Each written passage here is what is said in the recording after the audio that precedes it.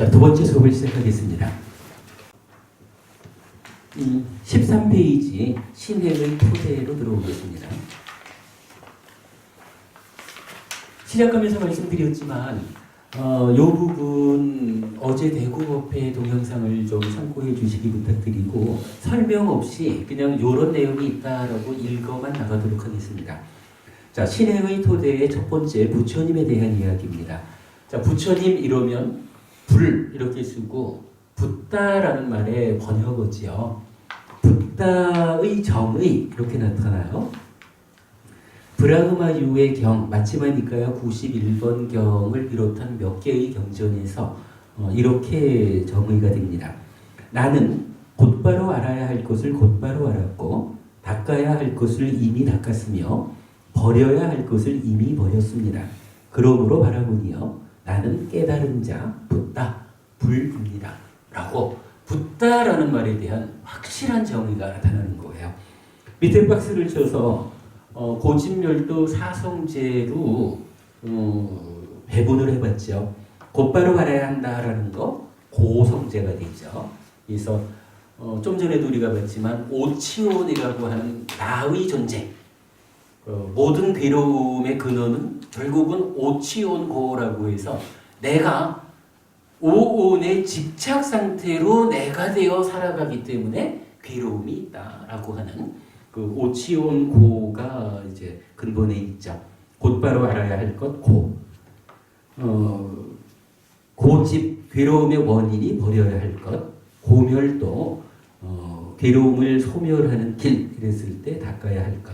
그러면 괴로움을 곧바로 알아서 닦아야 할 것을 닦아서 괴로움의 원인이 되는 버려야 할 것을 버렸기 때문에 괴로움이 소멸된, 달리 말하면 열반 이래 되는 거죠. 열반을 실현한 이러한 존재를 뭐라고 해요? 붓다. 예, 부처님, 불 이렇게 부르는 거죠. 넘어가겠습니다. 경전에 이제 자주 나오는 거지만 부처님을 이렇게 부릅니다. 자, 부처님을 찬탄하는, 부처님은 이러한 명성이 있다. 부처님은 이렇게 깨달은 분이다. 부처님은 이런 역할을 가지고 있다. 라고 설명을 해봤어요. 그분 곧다마 존자께는 이러한 명성이 따릅니다. 이런 이유로 그분 세종께서는 모든 번뇌 떠나신 분, 스스로 완전한 깨달음을 이루신 분, 지혜 덕행 두루 함께 갖추신 분, 진리의 길 보이신 분, 세상 일을 모두 훤히 아시는 분, 어리석은 이도 잘 이끄시는 위없는 분, 모든 천상과 인간의 스승, 깨달으신 분, 존귀하신 분이시다 라고 그분은 신을 포함하고 마라를 포함하고 범천을 포함한 이 세상을 스스로 최상의 지혜로 알고 실현하여 드러냅니다. 그분은 법을 설합니다. 그분은 시작도 훌륭하고 중간도 훌륭하고 끝도 훌륭하게 의미와 표현을 구족하여 법을 설하여 더할 나위 없이 완벽하고 지극히 청정한 범행을 드러납니다. 그러니 그런 아라한을 뵙는 것은 참으로 좋은 일입니다. 여기에서 주목해야 되는 것은 물론 이제 명성 이래서 열애식포라고도 하지만 우리는 이제 무상사 조어 장부라는 두 가지가 니카야적으로는 사실 합쳐진 개념이죠. 무상 조어 장부. 그래서 붓다, 부처님의 9가지 덕성, 이래서 붓다 구덕이라고 표현을 하죠. 그러한 명성을 가지고 있고 이러한 깨달음, 이 세상을 스스로 최상의 지혜로 알고 실현해 드러낸다. 그렇게 되죠. 그런데 이러한 부처님은 어떤 일을 합니까? 법을 설하는 거죠. 사실은 부처님이 깨달았다라고 해도 설법을 하지 않았다 그러면 우리한테는 아무런 의미를 안 가져요. 부처님이 당신이 실현한 고멸의 자리, 그 자리의 실현을 드러내고 거기 가는 길을 제시해 줬기 때문에 스승으로서 부처님 이런 지위를 확보하는 거죠. 그래서 부처님은 법을 설한다라고 하는 한 가지 일을 하고 그 법에 의해서 청정 범행을 드러낸다라고 하는 요 두 가지를 부처님의 역할로서 하는 거예요. 요 역할을 하지 않으면 부처라고 우리가 스승 우리의 스승 이렇게 부를 이유가 없는 거죠. 그래서 부처님의 역할, 법을 설하, 청정보명을 들어주는 이렇게 보는 거 중요한 일이죠.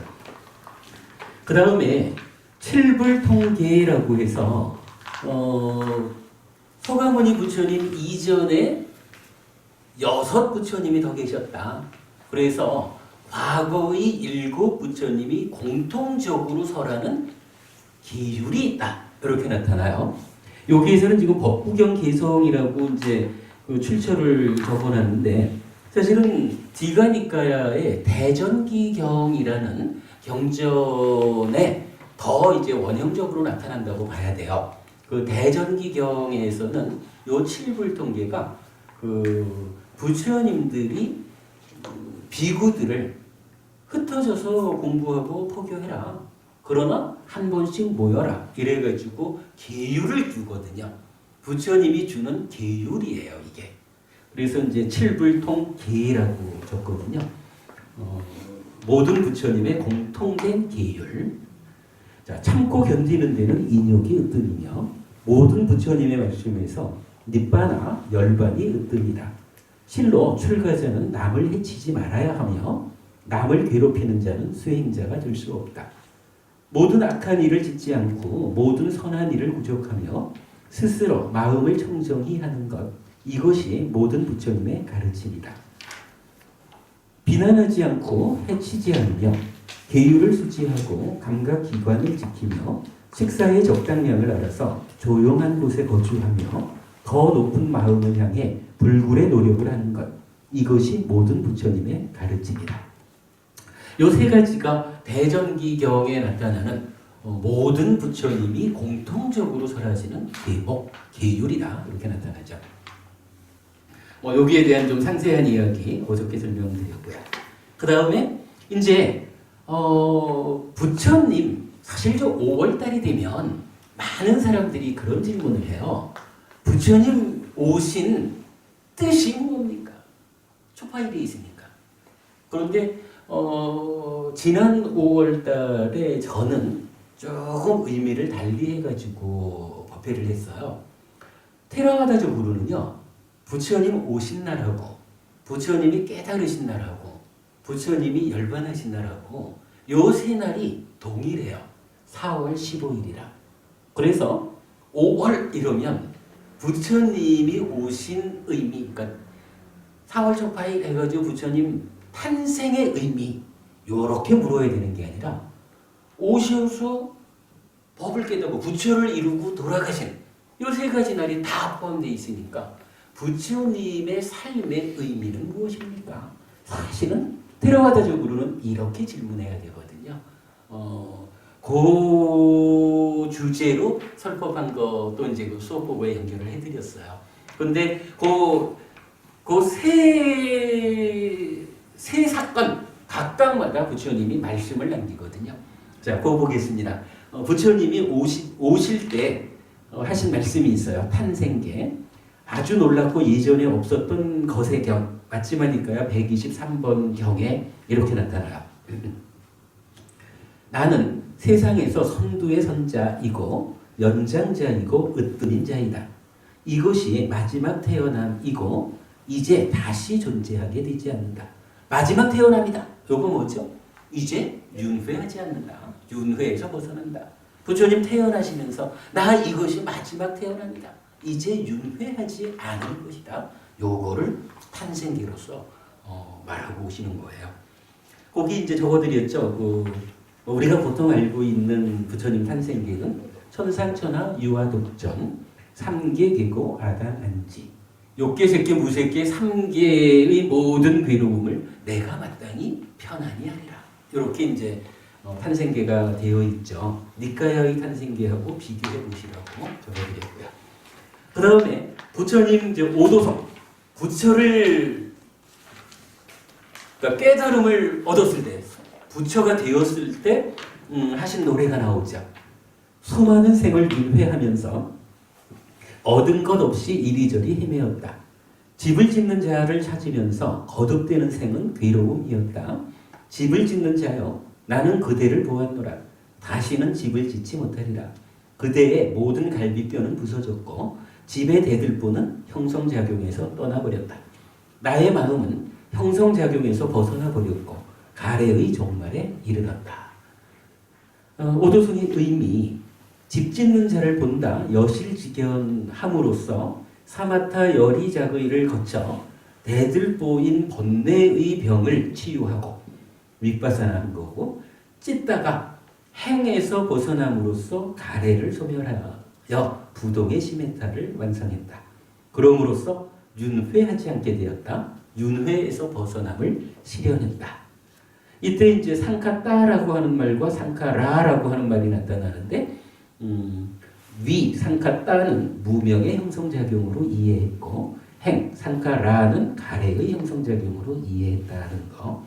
그리고 집 짓는 자라고 나오는데, 이때 집이라고 하는 것은 결국 고성제죠. 오치온인 나를 말하는 거죠. 그때 집 짓는 자라고 하는 것은 집성제에 해당하는 가래, 이렇게 이제 이해를 한 거죠. 사실은 이 오도송을 설명하는 데는 바로 이 마음의 메커니즘으로 적용해서 풀어내게 된 거죠. 아마도 마음의 메커니즘이 이렇게 설명되지 않으면 오도성의 의미를 명확히 알기 어려웠을 것 같아요. 넘어갑니다. 다음 이제 부처님 열반하시면서 몇 가지 부탁의 말씀을 하시는데 두 가지만 보았습니다. 안 한다요. 그런데 그대들에게 스승의 가르침은 이제 끝나버렸다. 이제 스승은 계시지 않는다. 라는 이런 생각이 들지도 모른다. 안 한다요. 그러나 그렇게 봐서는 안 된다. 안 한다요. 내가 가고 난 후에는 내가 그대들에게 가르치고 천명한 법과 율이 그대들의 스승이 될 것이다. 부처님은 법과 율로서 지금도 우리 곁에 계십니다. 우리 삶을 향상으로 이끄는 스승으로서 지금도 우리 곁에 함께 계시는 것입니다. 사실 우리가 지난번에 중요한 이야기를 하나 했죠. 경전을 정확하게 해석할 수 있다면, 그래서 수행을 설하는 경전을 바르게 해석해서 경전이 알려주는 대로 수행할 수 있다면, 사실 그것은 우리가 부처님한테서 직접 수행을 지도받는 것과 같다. 이런 이야기를 한번 했었죠. 굉장히 중요한 이야기입니다. 경과 율로서 부처님은 아직도 우리 곁에 계시다. 스승으로의 역할을 지금도 하고 계시다. 우리가 스승에게로 돌아가야 한다. 이 얘기죠. 그 다음에 이제 유훈 마지막 거. 비구들이여, 참으로 이제 그대들에게 당부하노니 형성된 것들은 소멸하기 마련인 법이다. 방일하지 말고 성취하라. 이랬어요. 돌아가시면서 마지막 남긴 말씀이 방일하지 마라. 불방일하라. 게으르지 마라. 그래서 성취하라. 그랬어요. 무엇을 성취해야 하는 것일까? 목적한 바, 목적점을 성취해야 하는 것이지요. 오실 때 탄생계와 깨달으셨을 때 오도송에서 밝히신 바의 목적점, 즉 윤회에서 벗어나는 것, 존재, 오치온이라고 하는 자기 존재를 소멸한다, 해탈한다, 열반을 실현한다. 요거죠. 이러한 목적점의 성취를 부처님은 당부하고 가셨다. 이렇게 이해해야 됩니다.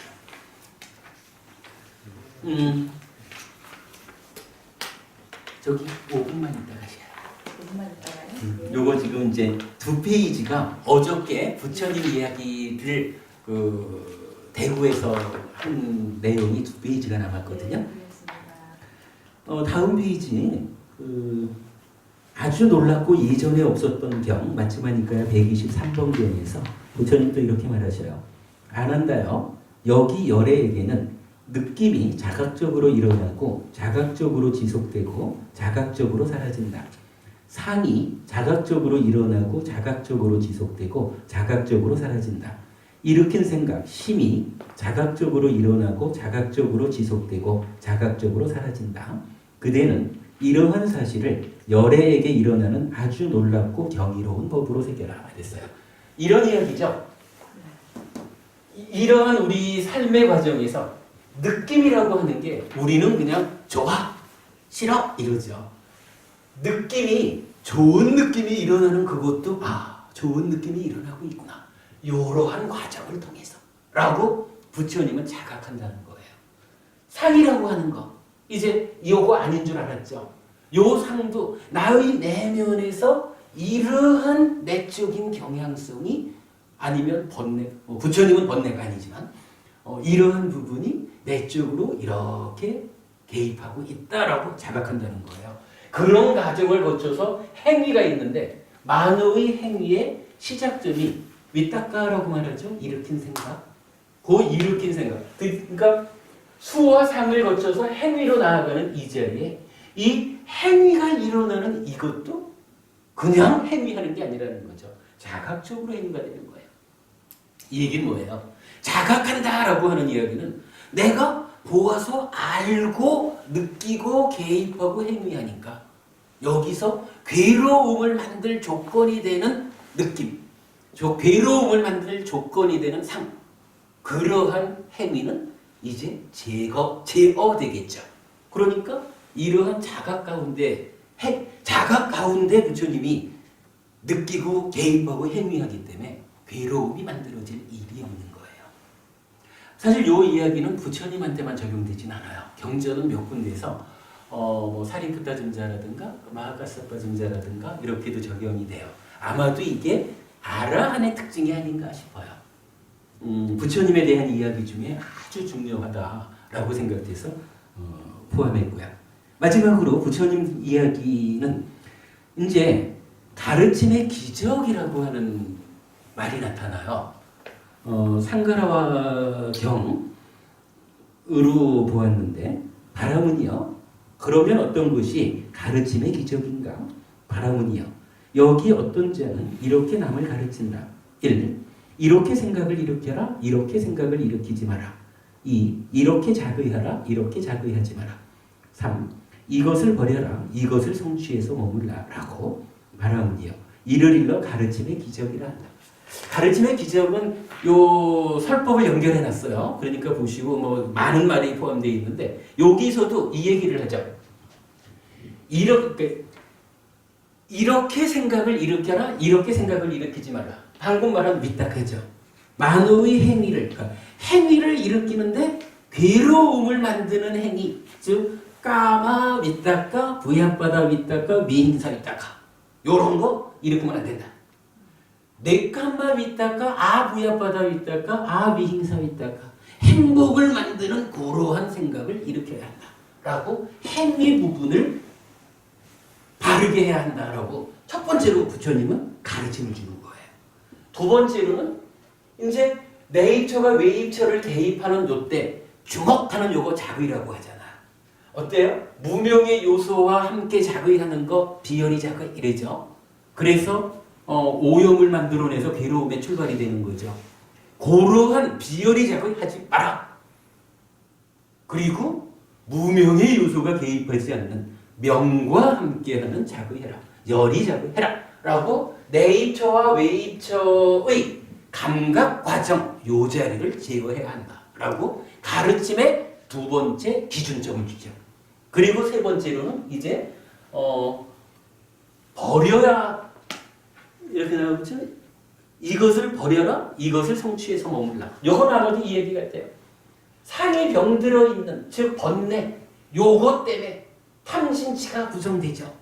요것 때문에 나가서 행위가 오염되잖아요. 번뇌를 버려라. 탐진치를 버려라. 요 얘기가 되겠죠. 그리고 이것을 성취해서 머물러라. 무엇을? 상이 치유된 상태의 내적 경향성. 그래서 무탐, 무진, 무치. 요것을 성취해서 머물러야 한다. 요렇게 알려주는 거가 부처님이 주시는 가르침의 세 번째 기준점이 되는 거예요. 그리고는 요 가르침이 하늘을 나는 이러한 기적보다도 당신의 마음을 읽어내는 그러한 기적보다도 참으로 큰 훌륭한 능력이다. 기적이다. 이렇게 알려주거든요. 이 가르침의 기적에 대해서 제가 설법 내용 연결해 놨어요. 요거 보시고 여기까지가 부처님에 대한 그러니까 신행의 토대 가운데 부처님에 대한 이야기 그렇게 되어 있어요. 자, 여기까지 들으셨고 5분이라고 했는데 7분 걸렸네. 선생님 이게 이런 사정근하고도 같이 연결됩니까? 사정근. 사정근. 선하고 더욱 선하게. 아, 그럼요. 그러니까 사정근이라는 것은 우리 이제 뭐 결국은 그게 그 정근이라고 하는 정진이라고 하는 노력이라고요.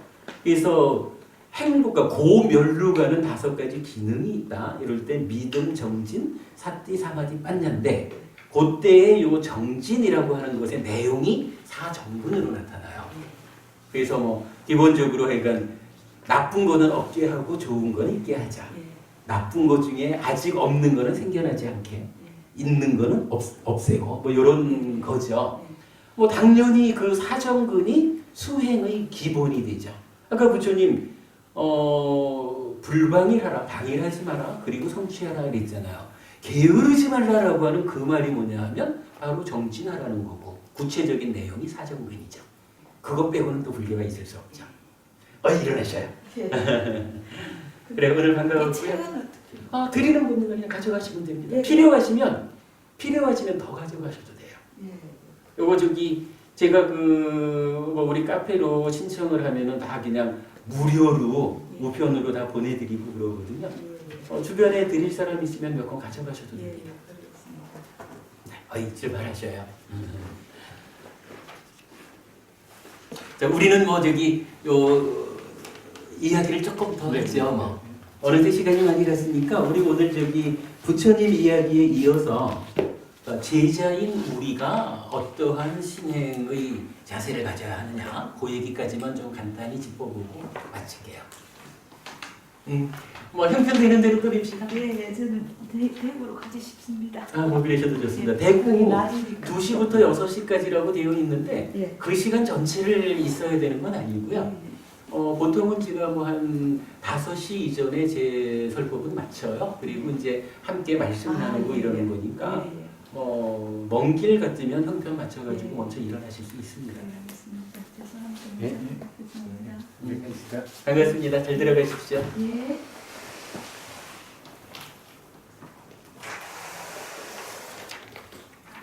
자, 이제 다음 페이지로 넘어가겠습니다. 26페이지가 됩니다.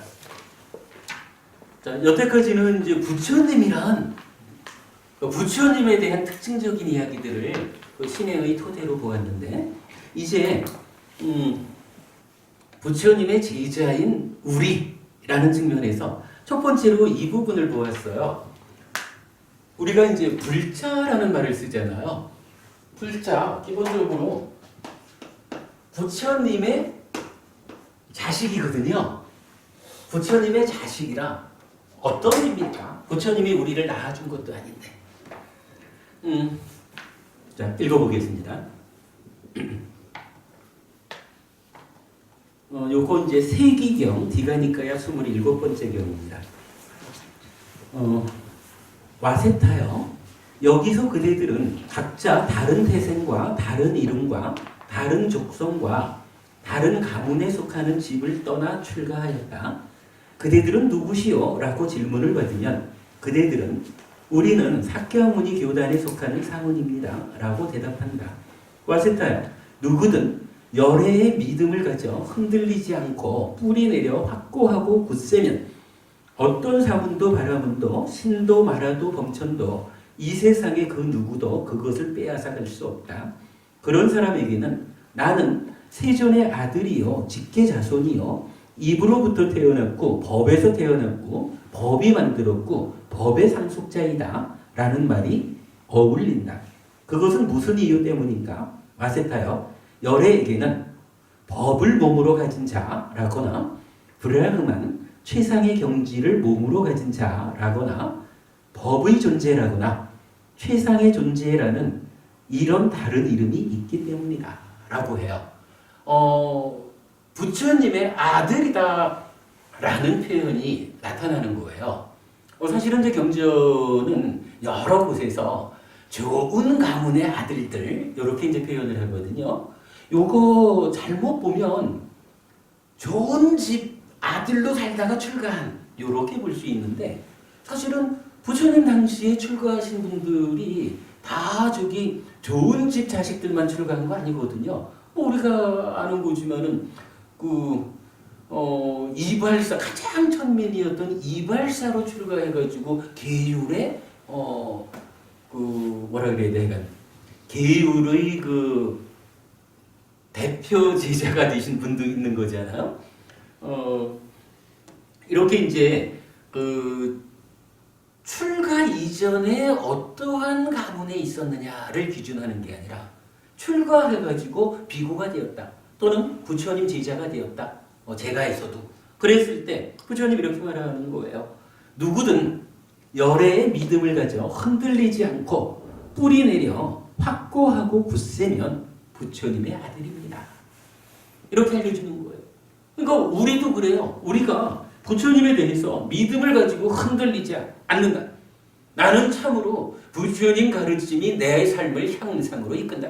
라고 확실한 믿음을 갖고 있으면 내가 바로 부처님 아들인 거예요. 그러기 때문에 우리가 불자라고 하는 말을 쓰는 거예요. 경전에서는 그 밑에 이제 하나 적어드렸죠. 그러자 아난다 존자에게 이런 생각이 들었다. 이 위도다바 대장군은 빠세나디 꼬살라 고강의 아들이고 나는 세존의 아들이다. 이제 아들이 아들과 대화할 때이다. 이래가지고 아난 존자가 누구예요? 이 아난 존자도 내가 부처님의 아들입니다. 라고 스스로를 이렇게 표현하고 있는 거예요.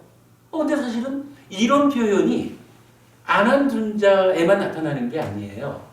다른 경전에서 보면은 마하카사파 존자도 직접 나는 부처님의 아들이고 직계자손이고 뭐 위에 나와 있는 그런 표현을 직접적으로 사용해서 자기를 드러내는 그런 경전들이 있거든요. 그러니까 부처님 당시에 이미 우리가 아는 그 위대한 아라한 제자들께서도 나는 부처님의 아들입니다. 속가 나이로 치면 훨씬 젊은 사람이죠. 그러나 부처님에 대해서 나는 부처님의 아들이다 라고 자랑스럽게 말할 수가 있는 거거든요. 부처님의 아들이다 라고 나를 정의할 수 있는 거, 이게 사실은 부처님을 스승으로 불교 신자가 되어서 살아가는 우리가 첫 번째로 갖추어야 할 내용이죠. 그리고 그렇게 하기 위해서는 어떻게 해야 돼요? 부처님에 대한 믿음을 가져서 흔들리지 않게 뿌리 내려야 된다. 확고해야 된다. 굳세야 된다. 부처님에 대해서. 사실은 부처님에 대한 믿음을 여러 가지로 말할 수 있지만 대표적으로는 이렇게 보면 돼요. 정등각, 삼바삼부타라고 하죠.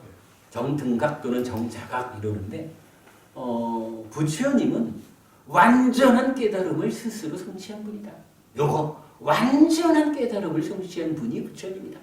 이 세상 어떤 가르침이 있어도 그 모든 가르침 견해 주장보다 더 완전한 우리 삶의 현실을 통찰하신 그분이 우리 스승 부처님이다. 그래서 믿음이라는 기능을 말하는데도 늘 그렇게 나타나요. 성스러운 제자는 부처님의 깨달음을 믿는다. 그렇게 나타나거든요. 완전한 깨달음을 성취한 분으로의 우리 부처님. 그 부분에 흔들리지 않으면 비로소 나는 부처님의 아들입니다. 라고 말할 수 있다는 거예요. 이게 불교 신자로서 우리가 갖추어야 될 첫 번째 조건이다. 이렇게 봐야겠죠. 자, 우리 이야기 이제 두 번째로 넘어가 보겠습니다. 아난다요. 그러나 이러한 것으로는 열애를 존경하고 존중하고 숭상하고 예배하고 영광스러워하는 것이 아니다. 아난다요. 비구나 비군이나 청신사나 청신녀가 부처님의 가르침을 실천 수행하고 여법하게 수행하고 가르침에 따라 실천하며 머무는 것이 참으로 최고의 예배로 열애를 존경하고 존중하고 숭상하고 예배하고 영광스러워하는 것이다. 그러므로 아난다요. 여기서 우리는 부처님의 가르침을 실천 수행하고 여법하게 수행하고 가르침에 따라 실천하며 머물러야 한다. 아난다요. 이와 같이 공부지어야 한다. 요 대목이 대반열반경 디가니까야 16번째 경이죠. 부처님 막 열반하시기 이제 직전 그때에 이제 막 그 하늘에 꽃이 휘날리고 뭐 이러면서 인간과 신들이 부처님한테 막 예배를 하는 거예요. 그때 그러한 예배를 놓고 부처님이 이렇게 말하는 거예요. 시작하면서 그러나 이러한 것으로는 이라고 말한 게 꽃을 흩날리고 절하고 요런 거 그런 것으로는 열애를 부처님을 존경하고 존중하고 숭상하고 예배하고 영광스러워하는 것이 아니라 물론 뭐 그 자체도 중요한 일이겠지만 이러한 부처님의 예배에 대한 본질이 아니다. 이 말씀이겠죠. 그러면서 이렇게 말씀하신 거예요. 자, 밑에 박스 쳤습니다. 부처님에 대한 최고의 예배는 무엇이냐? 부처님의 가르침을 실천 수행하고 여법하게 수행하고 가르침에 따라 실천하며 머무는 것. 비록 형편에 따라서 1년 내내 절에 한번 못 가더라도 내가 나의 삶 가운데서 부처님의 가르침을 실천 수행한다. 여법하게 수행한다. 가르침에 따라 실천하며 머문다. 이러한 삶을 내가 살아내면 그것이 바로 부처님에 대한 자 제목이 그거죠. 부처님에 대한 최고의 예배. 부처님에 대한 예배라는 것은 이런 식으로 하는 거다. 이런 방법으로 부처님한테 예배 드리는 것이지 뭐 꽃을 흘리고 가서 절하고 물론 그것도 다 소중해요. 부처님 그러한 일도 또한 교단을 유지하기 위해서도 참으로 중요한 일이죠. 제가 지자들이 해줘야 되는 일이죠. 그러나 엄밀하게 말하면 그것은 부수적인 일이라는 거예요. 참으로 부처님에 대한 최고의 예배는 다시 읽어봐요. 부처님의 가르침을 실천 수행한다. 여법하게 수행한다. 가르침에 따라 실천하며 머문다. 나의 삶을 가르침대로 살아간다. 이것이 부처님에 대한 최고의 예배다. 이렇게 말하는 거예요. 중요하죠. 내가 부처님의 아들이다라고 하는 이러한 자각 가운데 내가 어떻게 우리 부처님께 예배할 것이냐. 가르침대로 살아가는 것이다. 이거죠. 가르침대로 살아가려니까 가르침을 바르게 배워야 하는 그런 일도 중요하게 나타나죠. 그 다음에 아까는 그 부처님의 역할을 두 가지로 보았죠. 법을 설하는 거, 청정범행을 드러내는 거. 선서의 율경이라는 경전에서는 동일하게 그 두 가지를 제시하면서 이어가지고 이제 30페이지의 내용이 나타나요.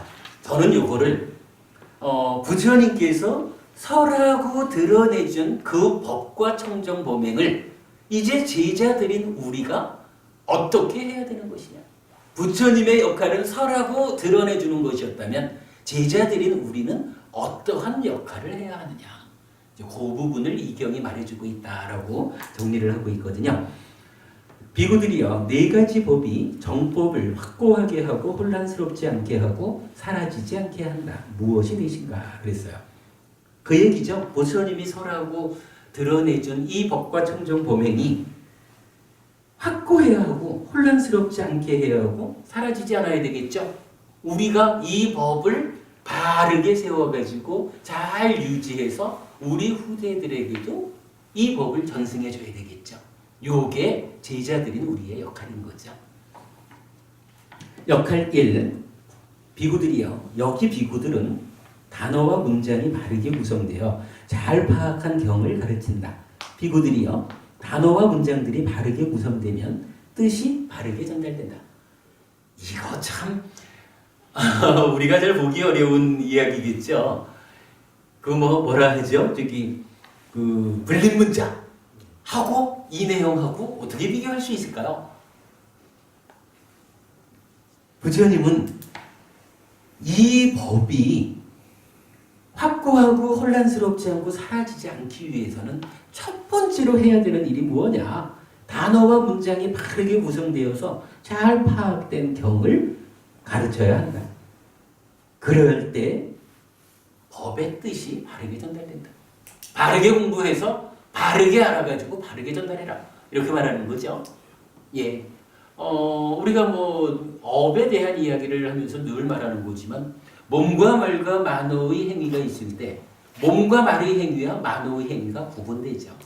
만호의 행위는 전달되는 게 아니에요. 가르침도 정법도 전달하기 위해서는 내면적으로 만호의 상태로서 확고하게 해야겠지만 이것이 몸과 말의 행위를 통해서 전달되어야 되는 거죠.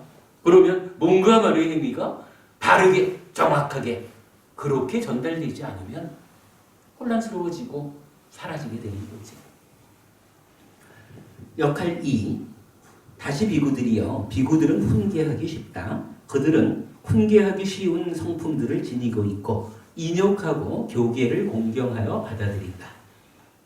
고집스럽지 않아야 한다. 잘 훈계되어야 한다. 역할 3. 다시 비구들이요. 많이 배우고 전승된 가르침에 능통하고 법을 호지하고 유를 호지하고 논목, 법에 대한 논의의 중심 주제 이런 의미가 되겠죠. 논모를 호지한 비구들이 경을 남에게 열심히 설해준다. 그들이 죽으면 경은 뿌리가 잘리지 않게 되고 의지처를 잃지 않게 된다. 공부한 사람들이 혼자만 딱 깨달음을 성취했다. 나의 삶을 향상했다. 요래 가지고 그걸로 멈추어 있으면 어떻게 되느냐? 그들이 죽으면 경은 뿌리가 잘리게 되고 의지처를 잃게 돼요. 왜? 전달되지 않으니까. 그죠? 제자들이 해야 되는 역할에는 이것이 또한 중요하다는 거예요. 경을 남에게 열심히 설해준다. 설법해야 된다는 거예요. 법을 전달해야 된다는 거예요. 주변 사람들에게 참으로 사랑하는 사람들에게 부처님 가르침은 이렇습니다 라고 알려줘야 된다는 거예요. 그렇지 않으면 법이 사라지게 될 것이다. 넘어갑니다. 역할 4. 다시 비구들이요. 장로 비구들이 너무 많이 가지지 않고 방만하지 않다. 그들은 향상에 앞장서고 한거하는 것에 짐을 내팽개치지 않고 얻지 못한 것을 얻고 증득하지 못한 것을 증득하고 실현하지 못한 것을 실현하기 위해 열심히 정진한다. 그래서 그 다음 세대들도 그들의 견해를 이어받게 된다. 그래서 그들도 너무 많이 가지지 않고 방만하지 않다. 그들은 향상에 앞장서고 한거하는 곳에 짐을 내팽개치지 않고 얻지 못한 것을 얻고 증득하지 못한 것을 증득하고 실현하지 못한 것을 실현하기 위해서 열심히 정진한다. 그랬어요. 앞에 있는 사람들이 모범을 보이고 그 모범을 보이는 것을 다음 세대들, 후배들이 보고 따라 배워서 이러이러하게 법이 전승된다. 이 얘기죠. 지금 경에서는 다 비구로 되어 있지만 꼭 비구에 한정할 문제가 아니죠. 출제가를 막론하고 우리가 부처님 제자라면 부처님의 아들이라면 우리가 솔선수범해서 삶을 향상해야 되죠. 그거를 뒤따라오는 사람들이 보고서 참으로 나도 저렇게 해서 내 삶을 향상해야겠다. 이러할 때 법이 올바르게 유지되는 거죠. 전승되는 거죠.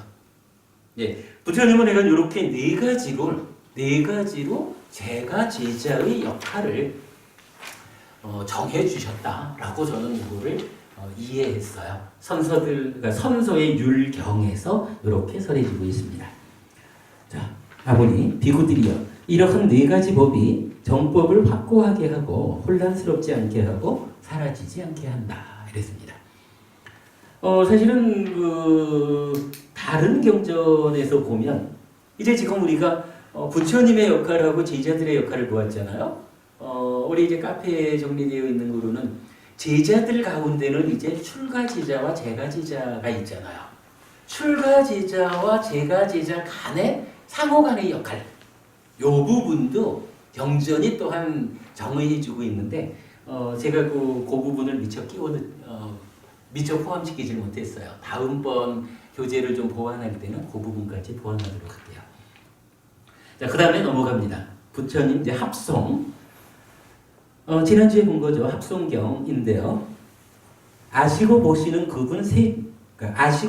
그분 세존 아라한 정등각께서는 법을 분명하게 설하셨습니다. 그러므로 우리 모두는 함께 합성해야 하며 분쟁을 해서는 안 됩니다. 그래서 이 청정범행이 길이 전해지고 오래 머물게 해야 합니다. 이것이 많은 사람의 이익을 위하고 많은 사람의 행복을 위하고 세상을 연민하고 신과 인간의 이상과 이익과 행복을 위하는 것입니다. 이랬어요. 우리가 지난주에 알아본 거지만 많은 사람의 행복을 위하면 우리가 어찌 해야 하나요? 했을 때 바로 이거. 이 청정범행이 길이 전해지고 오래 머물게 해야 한다라고 알아봤던 거죠. 자, 그러면 오늘은 여기서 한 가지 더 지난주에 우리가 얘기했던 내용입니다만은 연결해서 보자면 이 청정범행이 길이 전해지고 오래 머물게 하려면 우리는 어떻게 해야 될까? 저는 이렇게 답을 찾아봤어요. 우리가 앞에서 보았지만 우리가 부처님에 대한 최고의 예배를 통해서 제자로서 살아가야 된다. 부처님에 대한 최고의 예배. 어떤 거였나요? 가르침대로 실천하며 사는 거죠.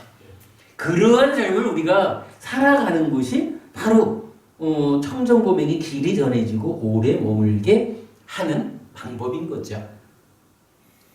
그 얘기는 또 좀 전에 이야기 다시 적용해보면 가르침의 기적을 시현하는 것 이렇게 보아도 될 거고요. 그렇게 연결된 의미를 이제 좀 정리해 볼 수 있겠습니다. 자, 다음 넘어가겠습니다. 오늘 수업을 이제 여기까지만 하면 되겠네요. 자, 부처님에서 참회까지 했거든요. 자, 이제 제자로서의 삶 중에서는 정말 우리가 놓치면 안 되는 것이 참회라는 부분이 나타나요. 보통 사람들이 뭐 오계 이러면 그 오계 중에 나는 요런 한 가지는 빼놓고 지키겠습니다. 이렇게 말하는 사람도 있죠. 그런데 그럴 수는 없는 거죠. 5가지 계율을 지켜라 했으면 그게 기준인 거예요. 그런데 우리가 살다 보면 사실은 뭐 생업의 문제일 수도 있고 다양한 아직까지 우리가 욕계 중생인 인간으로의 삶이다 보니까 계율을 다 지키지 못할 수가 있죠. 그럴 때 어떻게 해야 되나요? 요만큼은 빼놓고 지키겠습니다. 라고 해서 계율을 어기는 것을 합리화해서는 안 되는 거예요. 정당화해서는 안 되고 계율은 계율대로 지켜야 돼요. 그런데 어쩔 수 없이 계율을 못 지켰어요. 그러면 그때 참회라는 방법을 통해서 참회를 통해서 청정해지는 거예요. 다시 청정해지는 거. 참회가 이렇게 나타납니다. 세존이시여 저희는 잘못을 범하였습니다. 세존이시여 저희가 어리석고 미혹하고 신중하지 못해서 잘못을 범하였습니다. 저희는 이처럼 잘 설해진 법과 율에 출가하였으면서도 또는 제가자는 귀의하였으면서도 이러저러한 잘못을 범하였습니다. 세존이시여 세존께서는 저희가 미래에 다시 이와 같은 잘못을 범하지 않고 저희들 자신을 단속할 수 있도록 저희의 잘못에 대한 참회를 섭수하여 주소서. 요게 우리가 참회하는 방법이에요. 그러면 이제 경에서는 지금이야 뭐 부처님이 이런 답변을 주실 입장은 아니지만 경에서는 부처님께서 이렇게 참회하는 제자들에게 이러한 답변을 주셔요. 비구들이여 그대들은 잘못을 범한 것을 잘못을 범했다고 인정하고 법답게 참회를 했다. 그러므로 우리는 그대를 받아들인다. 비구들이여 잘못을 범한 것을 잘못을 범했다고 인정한 다음 법답게 참회하고 미래에 그러한 잘못을 단속하는 자는 성자의 율에서 향상하기 때문이다. 요거는 우리 여기 뭐 세간적인 삶에서도 이런 이야기를 많이 하죠. 인정할 걸 인정하고 용서를 빌면 사실은 쉽게 넘어갈 이야기를 인정하지 않기 때문에 키우죠.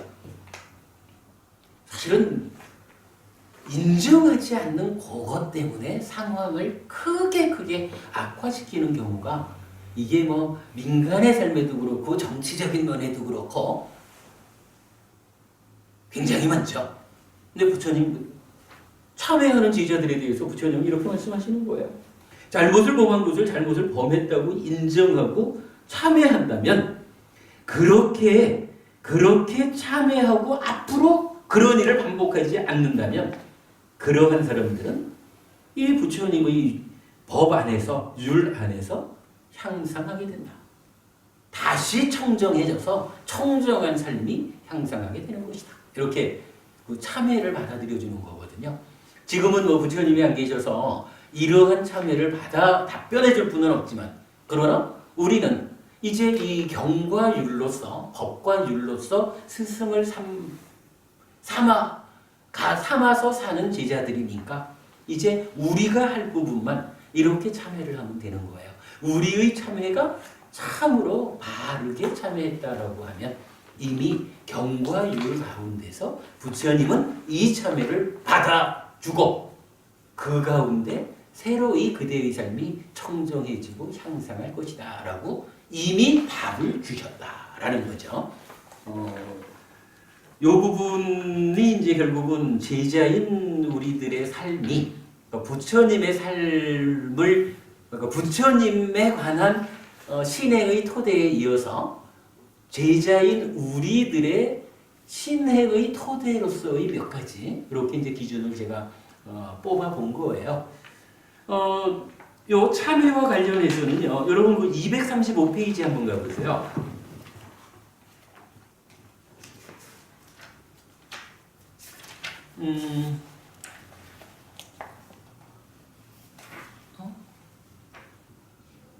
아, 238페이지인가 보다. 예, 238페이지요. 우리 이 책의 특성이 이건 분석과 관한 경전들이잖아요. 그 분석과 관한 분석에 관련한 경전 중에 마지막으로 포함한 경전이 간략하게 상세하게 이렇게 이제 분석된 경전 내용 중에 8가지 포살에 대한 그 정의가 나타나요. 여기 보면은 이제 상세하게 개용해가지고 요 경전 자체를 제가 올려놨거든요. 요거 여러분 나중에 읽어보시면 포살이라고 해서 이제 8가지 기율을 제가 제자들의 포살 15일 단위로 8일, 14일, 15일 이렇게 이제 반달에 3번을 포살을 하거든요. 그러니까 그 반달에 3번은 청정한 삶을 사는 그때의 8가지의 계를 지키는 그 이야기거든요.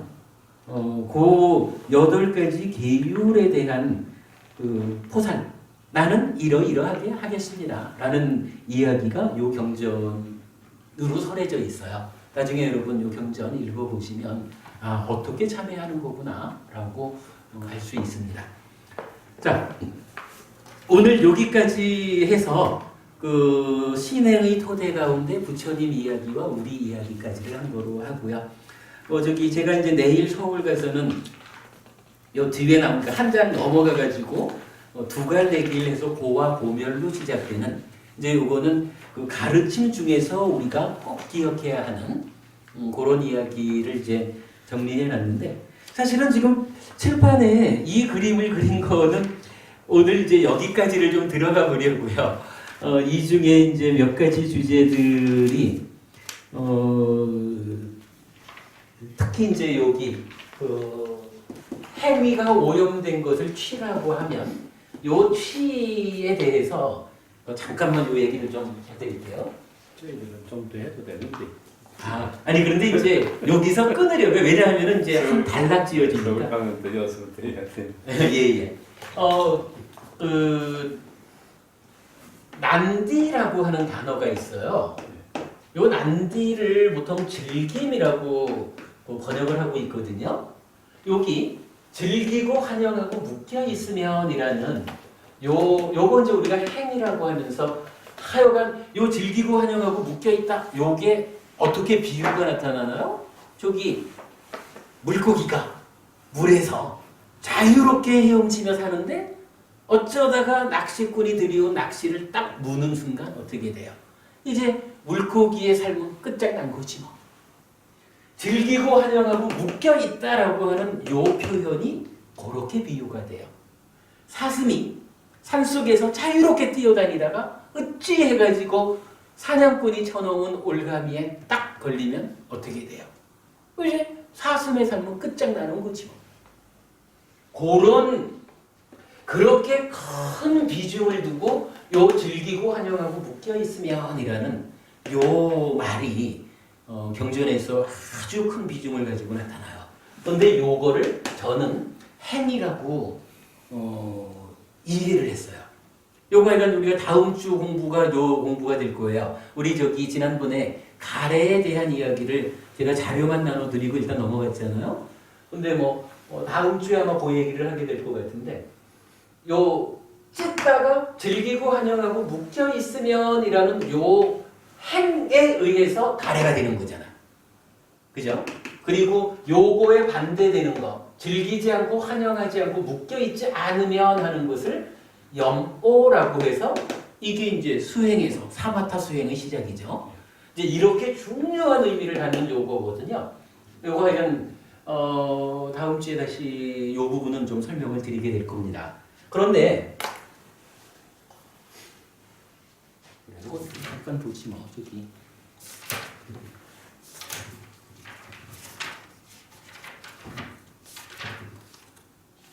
(39페이지에) 한번 보세요.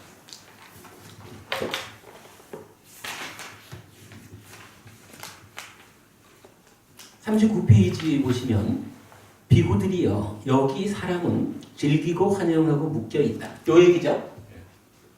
즐기고 환영하고 묶여 있다. 그러면 무엇을 즐기고 환영하고 묶여 있는가? 그는 물질을, 그러니까 색수상행식, 그러니까 물질 등 오온을 즐기고 환영하고 거기에 묶여 있다. 즉 대상으로 삼아서 여기 네이처가 웨이처를 감각하는 요 상태에서 색수상행식 오온을 대상으로 한 거죠. 그 상태에서 즐기고 환영하고 거기에 묶여 있다. 물질을 즐기고 환영하고 거기에 묶여 있는 자에게 즐김, 난디가 일어난다.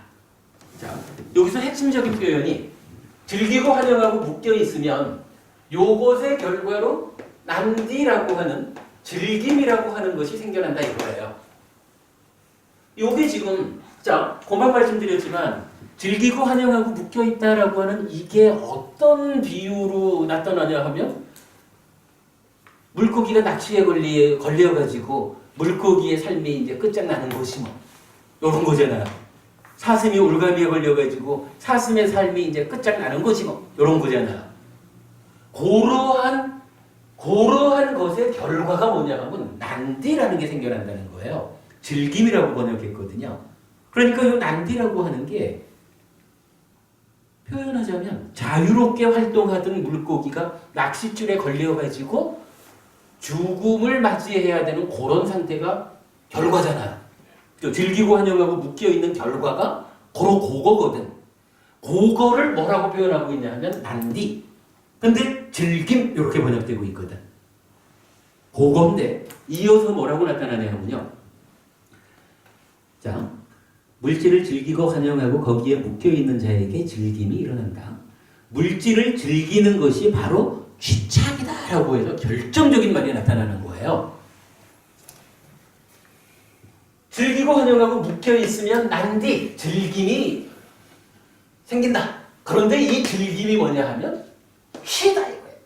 여기서 이제 우리가 또 중요하죠. 이 취가 몸과 말과 만호에 오염된 행위다라는 요거를 모르면 또 이게 어떤 추상적인 이야기가 될 수 있죠. 그런데 몸과 말과 만호의 행위가 오염되면 취다 요걸 알면 결국은요. 즐기고 환영하고 묶여있으면 찢다가 오염돼서 가래가 돼가지고 즐김이 있다. 몸과 말과 만호로 오염된 행위를 하게 됩니다. 그 결과는 어떻게 되나요? 행위가 오염됐으니까 쉬기 먹을 것이고 괴로움이 생겨나는 거죠. 요 얘기를 하는 거죠. 사실은 요 얘기를 오늘 설명을 드리려고 이 그림을 그려놓은 거예요. 우리 교재가 사실 요번에 제가 좀 누락한 부분이 있다면 이제 경전에서는 또 이 얘기를 해요. 즐기고 환영하고 묶여있다라고 하는 요것이 제가 사실은 공부 가운데 참 어려웠던 과정이 즐기고 환영하고 묶여있는 요거하고 탐진치라고 하는 요거하고가 자리매김이 어떻게 되는지. 그래서 저는 처음에는 즐기고 환영하고 묶여있으면 탐진치가 일어난다 이렇게 이해를 했었어요. 그런데 공부를 하다 보니까 마치마니까야 1번경 근본 본문의 경에서 이 순서를 알려주더라고요. 탐이 있을 때 즐기고 환영하고 묶여있고 탐이 없으면 즐기지 않고 환영하지 않고 묶여있지 않게 되는 거예요. 요 순서가 정해지더라고요. 이 그림이 이렇게 완성된 게 고자리, 그러니까 근본 본문의 경에서 그걸 알려줬어요. 그러면 탐이라는 거, 무명과 함께 나는 요 부분에서 요게 나타난다는 것을 알게 되니까 아 이것이 행위구나. 무명을 조건으로 행위 요 부분 요게 찾아지는 거거든요. 굉장히 중요한 건데 제가 이건 이제 다 완성된 상태에서 다시 이렇게 보다 보니까 지금 요 교재에서는 요게 빠졌어요. 그러니까 지금 취라는 것이 즐기고 환영하고 묶여 있으면 난디 즉 취가 생긴다. 요게 됐으면 좀 더 완성도가 높으려면 탐이 있을 때 즐기고 환영하고 묶여 있게 된다라는 요 순서를 나타내 줘야 되고 그런가 하면 또 마찬가지로 우리가 초전법령경에 나타나는 거지만 가래를 정의할 때 난디 라가 사하 같다 이래가지고 요 탐이 라가잖아요. 요 라가가 있는 상태에서 즐기고 환영하고 묶여 있으면 난디가 생겨나잖아요. 근데 난디는 행위잖아요. 그런데 가래가 어떻게 정의되냐 하면 난디 라가 사하 같다.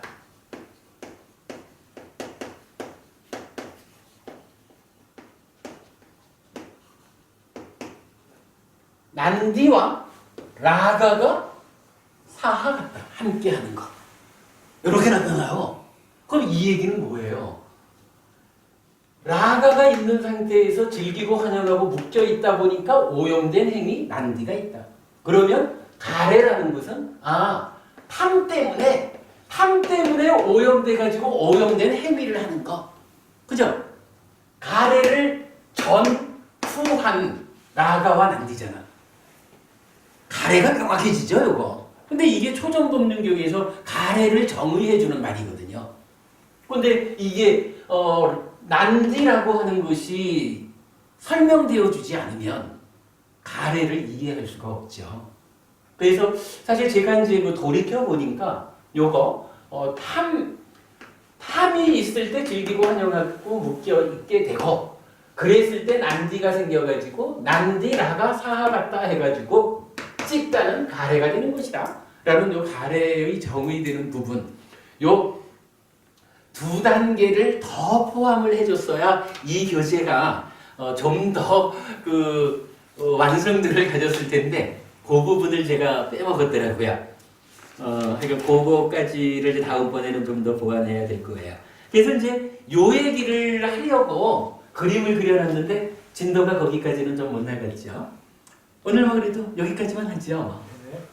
예, 수고하셨고 여기 이 교재 여러분 제가 볼 때는 우리 이 교재를 다 설명드리지는 못하고 있지만 이 교재 안에 신행의 토대는 사실 뭐 앞에서 끌어주는 내용이고 그러니까 중간에 나와 있는 요의경 세 가지하고 분석경이 전체적으로 20몇 개가 나올 거예요. 합해가지고 분석경하고 요의경하고가 합해져서 이 교재의 중심을 이루고 있는데 정말로 가르침의 요체예요. 요의경과 분석경들을 가능한 한 독성해서 그리고 우리 수업을 통해서 요 내용을 이해하게 되면 사부니까야 전체를 보면서 대의를 놓치지 않을 거라고요. 요 부분이 설명되지 않으니까 제가 아까는 그 얘기를 못했지만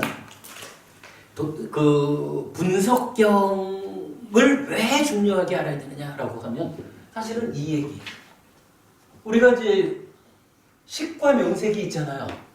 근데 보통은 12연기에서 세 번째 나오는 식을 재생연결식 이러고 명색을 오온으로 설명을 하잖아요.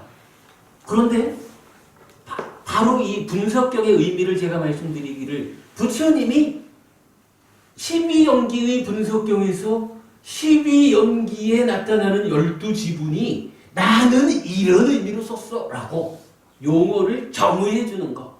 이게 분석경이다. 이렇게 말했잖아요. 분석경에서는 식은 뭐 6가지 식으로 나타나고 명색은 우리가 뭐 늘 말하는 거지만 수상사 촉 작의 이래가지고 수 상 행위 사 촉 작의 요걸 말해주거든. 그러면 명색은 식을 포함하지 않는 거예요. 명색이 식과 합해져 가지고 오치오는 내가 되는 거라. 여기에 재생연결식이라는 의미가 어디에 나타나고 이거를 부처님이 설에 정의해준 분석경대로 정의해준 대로 그러니까 12연기를 경전을 해석하지 않고 무언가 다른 의미를 실어가지고 경전을 해석하니까 거기에서 재생연결식 이런 말이 나타나면서 12연기를 전혀 엉뚱하게 풀잖아. 이게 12연기에 대한 이야기만은 아니죠. 분석경이라고 하는 게 전반적으로 그런 의미를 갖고 있거든요. 좀 전에 우리가 분석경의 이 분석경 그 큰 카테고리의 마지막으로 그 포살 8가지 포살 얘기를 했지만 결국 포살이라고 하는 것도 이렇게 하는 것이요 포살이라고 정의해주는 내용을 분석경으로 담고 있는 거거든요. 그러니까 상세하게 경으로 나타나지만 뭐 하여간 다양하게 뭐 발정도도 그렇고 그 기능이라고 하는 것도 그렇고 다양하게 나타나는 이 분석경의 의미를 저는 해건 요번 교재를 만들면서 가장 큰 수확이라고 생각해요. 분석경에 주목한 거. 네, 마쳤습니다. 네, 수고하셨습니다.